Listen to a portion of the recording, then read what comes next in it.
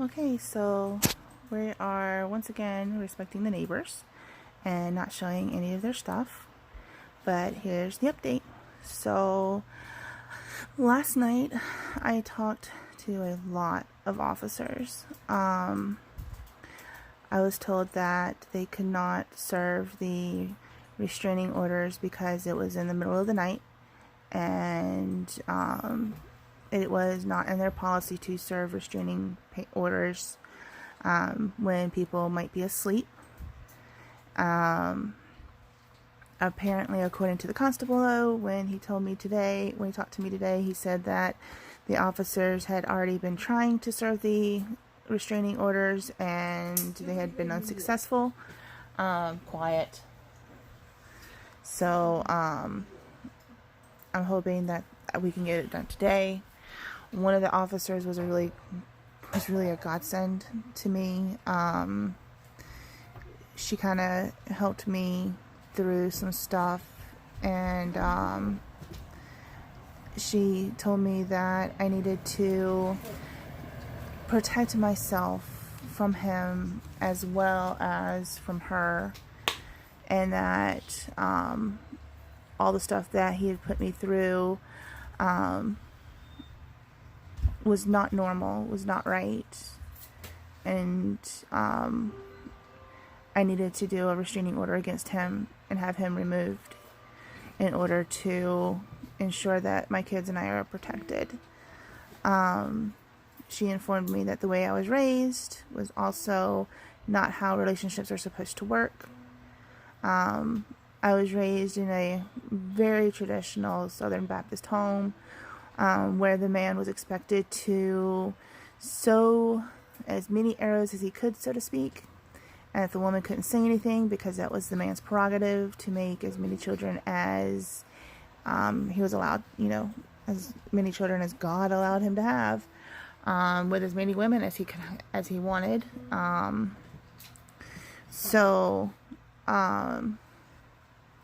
Yeah, that's how I was raised. I was also raised that the woman's job was to please the man in all manners that she could. That if he raised his hand to her, then that meant that she had done something wrong and she deserved to be punished. So that was how I was raised, and that was how my first marriage went. And I was told with my first husband that I couldn't complain or say anything because I had obviously displeased him, and displeasing my husband was displeasing towards God, and that I deserved to be punished, and that him hitting me and pushing me around was normal. And since I know that my dad had had multiple affairs on my mom, I figured, him cheating was also normal. And it wasn't until the abuse started affecting the children that I actually left my ex-husband. I left him to get away, basically. I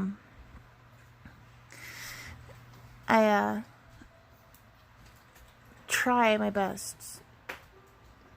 In every relationship I've ever been in, I've tried my best to give 100%. 110%. I try my best to make sure that the person that I'm with is happy that they've made the decision to be with me, and they're happy with me. So I guess I did allow the abuse by not speaking up because I didn't know any better. And it's like I told the officer, I'm not really good with confrontations. I tend to shut down when someone gets angry or upset at me. And I go straight into just emotional overload, I guess you could say. Or I'll either do one of two things. I'll either blow up, or I will internalize it and allow it to feed my depression. And the officer told me that it's not healthy, and I told her I knew, and I do know. I've been in therapy since January to try to reprogram, I guess you could say, my thoughts and how I handle things. So I took a order of protection out against him, and just to kind of give you guys an overview, when we and him first met, he basically demanded that I give him everything. The very first date we went on, he took his pocket knife and he held it to my throat, and he informed me that he could slit my throat at that moment and there would be nothing I could do to stop him. And at the time I was thinking, yeah, right, there's a million ways I could stop you. You know, my dad didn't raise a fool. He taught me how to defend myself. He taught me how to get out of situations like this. I could stop you if I really wanted to. But I, at the time, thought it was a trust exercise that he wanted, and I didn't realize that it was the threat that it actually was, because in the back of my mind, I was just thinking along the lines of, you know, hey, this is not a threat. Calm down, Amanda. He's not actually going to hurt you. You need to stop overreacting, and you just need to assure him that you do trust him. And when I did assure him that that I trusted him, that was when he removed the knife from my throat. Throughout the course of the past 2 years, there's been several other incidents where he would choke me and squeeze my breasts until they bruised. He would pinch my nipples until they were bruised to the point where I could barely stand anything touching me, even cloth. He would smack me around, play it off as if he was doing it, you know, kind of like a playful slap on the ass, but it was always a little bit too hard. He insisted that I always be ready for sex, even if I didn't feel like having sex. He insisted that if he wanted it, I had to give it to him. And if I didn't, then he would... he was so good at the guilt game. He would guilt me into having sex with him.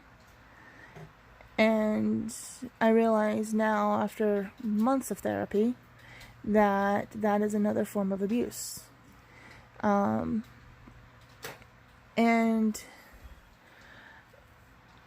I should have been more vocal about how I wasn't going to put up with it, but I thought that I was building trust with this man. I thought that I was proving to him that he could trust me, and that I trusted him, because he claimed that his ex was this horrible person who treated him like shit and was shady as hell and was always cheating on him with other women.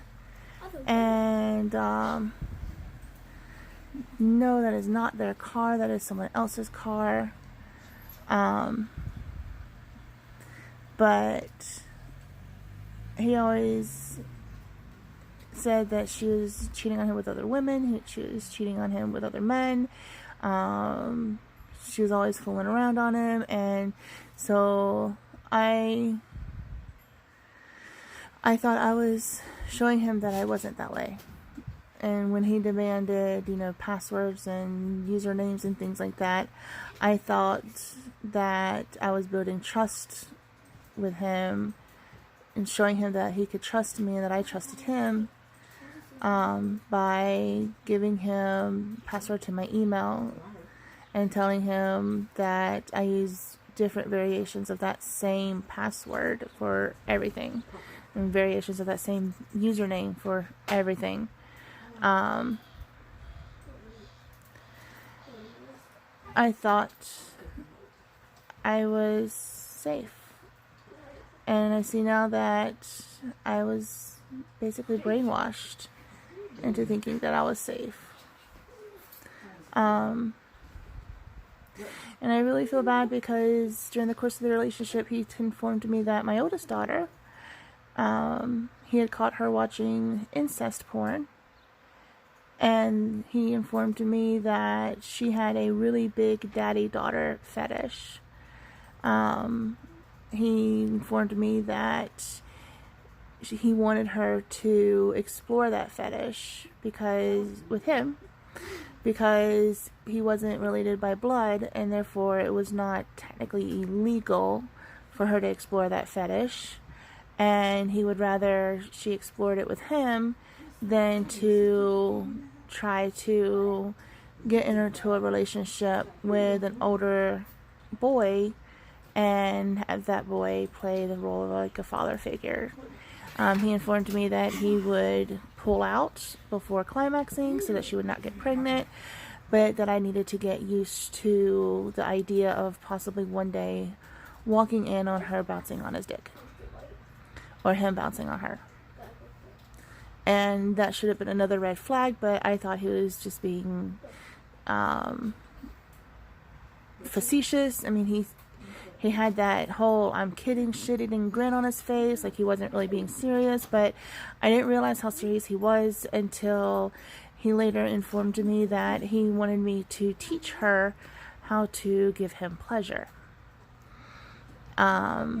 When I refused, he then squeezed my breasts until they were bruised badly, and then proceeded to have her examine his penis. He didn't insist that she touch it, but just that she became aware of what a penis looked like, how it reacted when it was touched, and after she had basically been there long enough for him to be sufficiently aroused, he then forced me to have sex with him.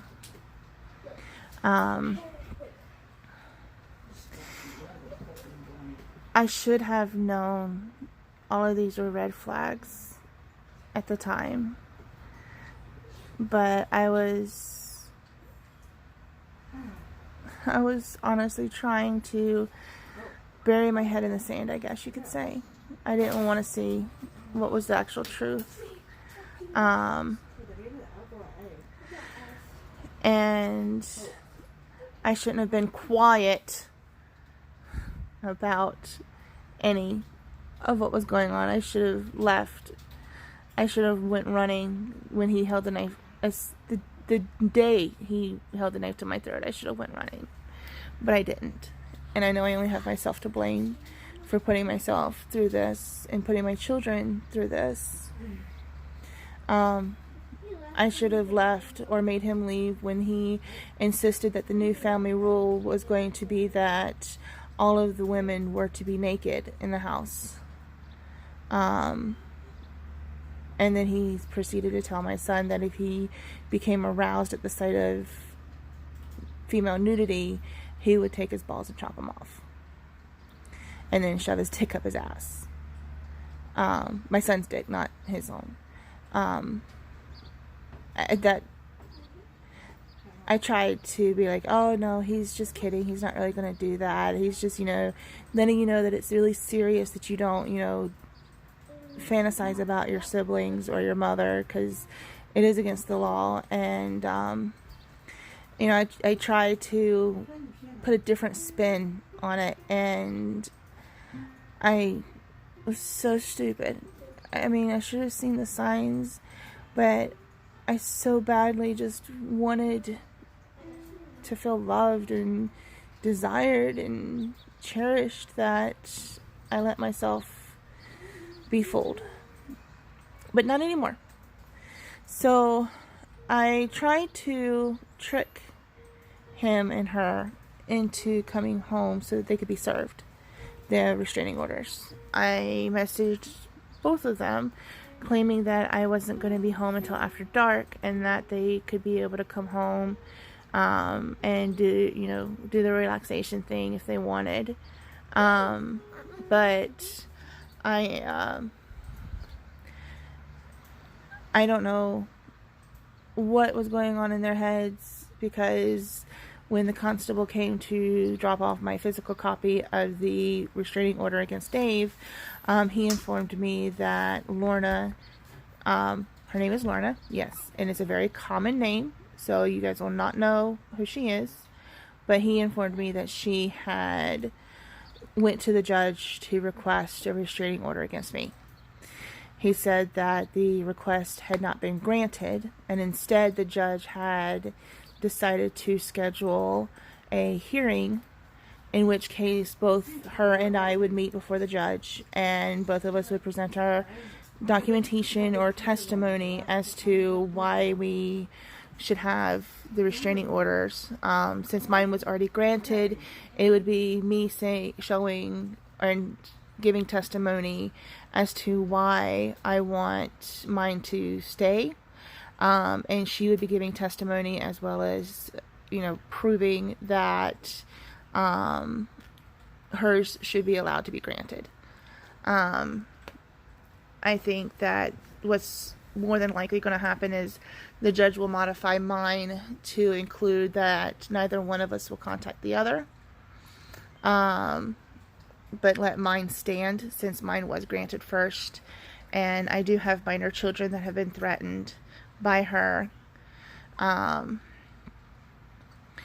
know that she'll try to use the fact that the children are at home in the mornings while I'm at work and she's in the house. But that can easily be accounted for. My oldest daughter is old enough to be able to provide testimony in court if needed, and I can take her with me to provide testimony that in the mornings when they are getting ready for work, when they're getting ready for school and leaving, she is not anywhere around them, that she is in her room, and that when I come home, I am home before they are, and that at no point in time are they actually interacting with her on a one-on-one basis without me around.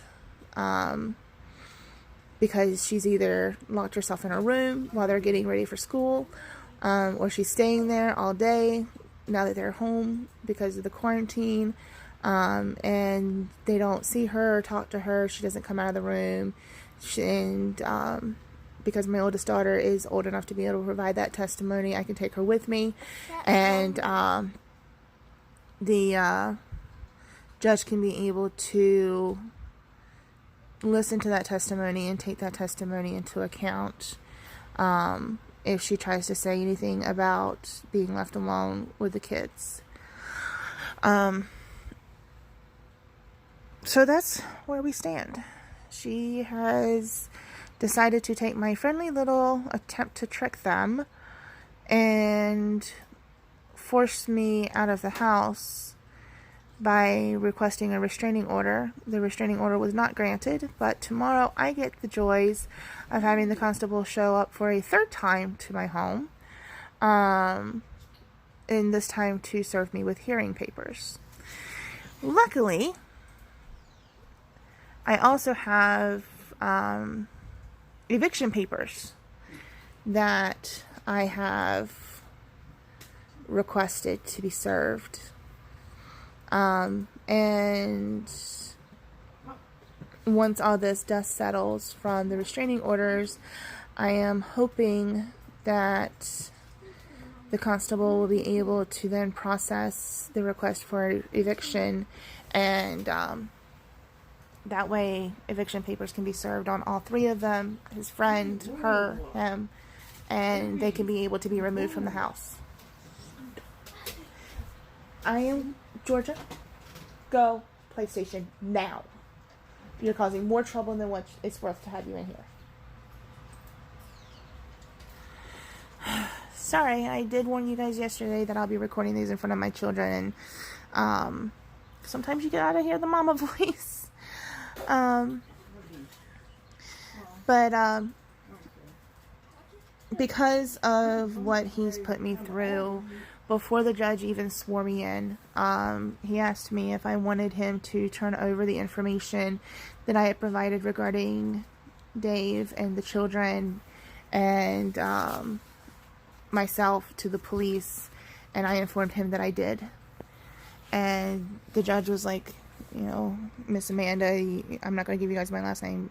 Well, I mean, you have it because it's on my channel, but he's like, hey, I know that you guys were in a relationship, and sometimes people who are in relationships, they kind of waffle about this. Are you sure you want me to do this? And I informed him, Your Honor, when I am at this point, the relationship is dead. There is no love lost between the two parties, and I'm not doing this out of pain or trying to get retribution. I am doing this because I have realized that serious and grievous harm has been done to me, and not only to myself but also to my children who trust me to protect them, and I failed in that. And because I have failed so spectacularly that my children were around this guy for 2 years, it's a little late, but it's better than never. And the judge said, okay. And what do I have on my bed? What is that? Oh, it's Cheeto dust. Somebody's been eating Cheetos on my bed. I can't even see it. I can only see it on the camera. What? Okay, that is just weird. But yeah, I've been biting my nails because I've been so stressed out, and I don't have any nails to pick up the Cheeto dust, and I think I'm just making it worse. But anyways, so the judge, I'm going to use this to try to get it up. The judge, before he swore me in to start the restraining order process, then turned, I guess, to a clerk and said, I need you to get me a detective here, and I need him here quickly. So that's going to be a matter of a criminal investigation, because a lot of shit happened in 2 years, and it was a lot of threats and brainwashing and manipulation in an effort to control me, and I was an idiot and I let it happen, and I shouldn't have.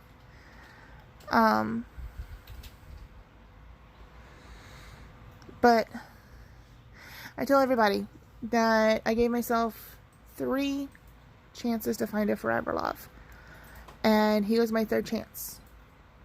And because I am a Taurus and I was born in the year of the bull, that means that I am double stubborn. When I dig my heels in, they are really dug in deep. I also tell people that I followed the deity Gaia, Mother Nature, which means that when I get to the point where the pressure has built up to the point that I have had enough, I explode and fly in the air, and I continue my fight. So even though he had me down and he thought he had me out for the count, he didn't realize that I had wings, and I had never used those wings before. And because he didn't realize that I had wings, he didn't see me when I flew up and continued to fight. And that's what I'm doing. One day at a time. I'm continuing the fight. So here's what I'm thinking. I had to go to the DMV because my aunt informed me that the registration on my vehicle had never been renewed. When I checked, there was no new sticker on my car like Dave had promised me that he had put on there. And because I never go to the back of my car, I didn't realize that there was no sticker there until today, when my aunt informed me, hey, this is what I was told by the Highway Patrol, and this needs to be taken care of, or if the car gets impounded, it's going to stay impounded because I can't come out there and get it. She's on the East Coast, I'm on the West, and it took her an entire year to save up just to come out here for a week. There's no way she'd be able to save up that much to be able to come out just to get my car out of impound. So I had to go to the DMV today to get the car inspected because even though I'm on the West Coast, it's a brand new car, and the state that I live in does not require any vehicle under the age of 5 years to undergo an emissions test. But out east, the state that my aunt lives in requires a yearly test regardless of age. And even though the test that they do out here is good for 2 years, I still have to do a yearly test. So I had to go to DMV to get that done. And as I was going to the DMV, the route to the DMV does take me right past where he works, which is across the street from where I work. And I knew that on my way back I would need to stop at the office to pick up some stuff that I needed to bring home anyways. Some personal items that I didn't want to leave behind, like my puzzles. So after I got the emissions test done, I drove up to my work building to get the puzzles, and I look over at the parking lot for his place, and I see she drives a black Malibu, and I see a black Malibu sitting in the lot, and I've never seen that vehicle over there before. So after I go and I get my puzzles, curiosity, yeah, I killed the cat, but satisfaction brought it back, because I found out that when she left this morning before being able to be served, she went to his workplace and hid at his workplace all day long. I called both of us we both work across the street in the same city, but it's not the city that we live in, or that I live in, or what, I don't know. It's not the same city where the house is at. So I called the city that the workplace where he works at is located in, and I called them and I requested for them to see if they can find the order of protection that had been issued in my town, and to request for an officer to serve her with the papers. I was then informed by that police department that because that property is privately owned, and it's not open to the public, they are not allowed to serve restraining orders to any individual that is on that property. So I was like kind of disappointed. I was hoping to get it done today, get it over with, get her served, and get her, out the door. And it looks like my neighbor's kid is going to be using the leaf blower. Good thing it's not that loud.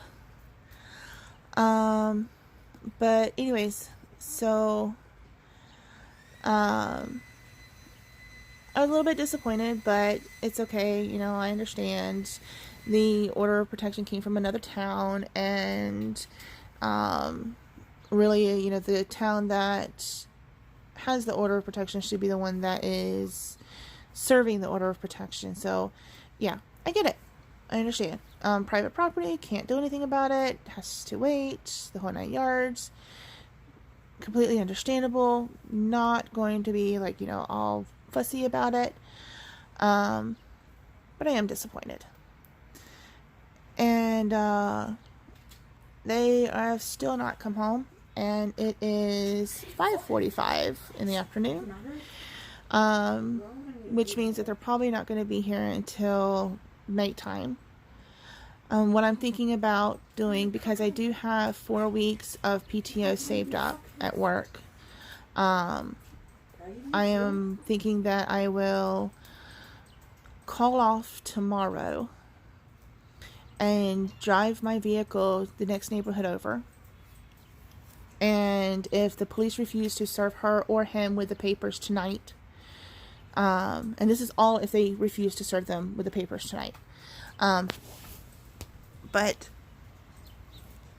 if they refuse to serve the papers tonight, then I will pretend like I'm gone to work, so that way she'll be home and she'll be staying at the house because she'll believe that I'm at work, and I can then have the police serve her the papers. The constable informed me that I don't actually have to be here. They can serve her with the papers whenever. But I want to make sure that she is here, so that way an officer is not coming out to the house multiple times, and the neighbors are not seeing the cops come out to the house multiple times. She has bubble gum on her nose. Okay, guys, this girl is way too cute, so I'm going to show you. She is way too cute. And she's got bubble gum on her nose. But anyways, that was my 9-year-old. Yes, she is adorbs. My older two are playing Roblox on the computer, and it's way too dark for me to show you guys them. And I am not cutting on the light, nor am I having anyone else cut on the light, just to show you guys my older two. Especially since the kids kind of trashed my room today, and it's got trash all over, and I gotta clean it up. Well, then you clean it up. So I gotta turn on the light to clean up the room. Woo, bright lights. Anyways, turn it off. You know what? I don't want you doing that when I'm doing this. Anyways, so I'm thinking that I'll just pretend like I went off to work, so that way she's here if they do not serve her with the papers tonight. I am hoping that the constable was honest with me, and that it will be done tonight regardless of what time it is that they come home. I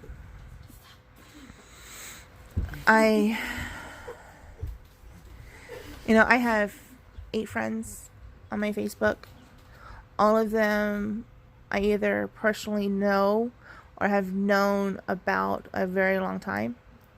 And only a handful of them, not even a handful, less than a handful, like maybe 2 or 3, I actually consider close enough that I would disclose personal information to. Guys, clean up the room, Georgia. You said you were going to clean it up. You said it on camera. It's going to be all over YouTube. You making a promise to your mama. Yep. You're making a promise to your mama that you're going to clean up the room, and it's going to be all over YouTube that you made a promise. So you better just, clean it up. What's your name? It's my name. Amanda? Mhm. Mom? Yes, Amanda Mom. Anyways,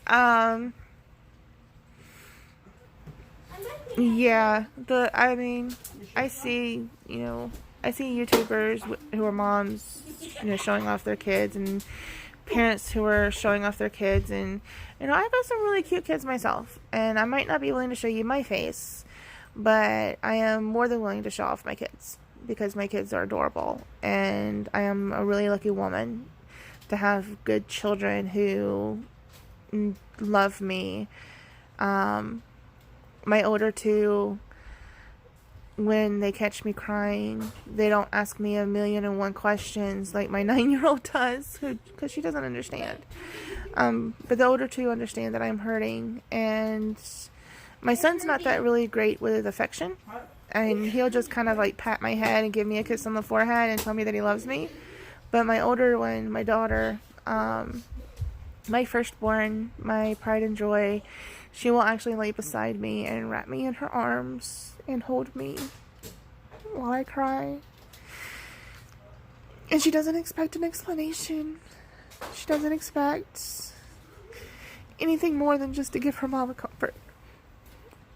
Mom, don't cry. See, that's my 9-year-old. She'll ask 1,000,001 questions, and I am saying enough is enough. This room is not clean. If I show it to YouTube and I get comments saying how filthy the room is and that you need to be grounded for not following through on your promise, then you were going to be grounded by a vote of popular opinion. Do you want me to show off the room? Then clean it up. You guys heard it. You guys get to decide my children's punishment. Especially when I'm vlogging. But I know yesterday was kind of broken up into 2 videos. But I needed to get this out. I knew that I promised you guys that I would do a vlog every day detailing everything. And like I said, I believe it was like yesterday or the other day, I said, you know, I'm an open book.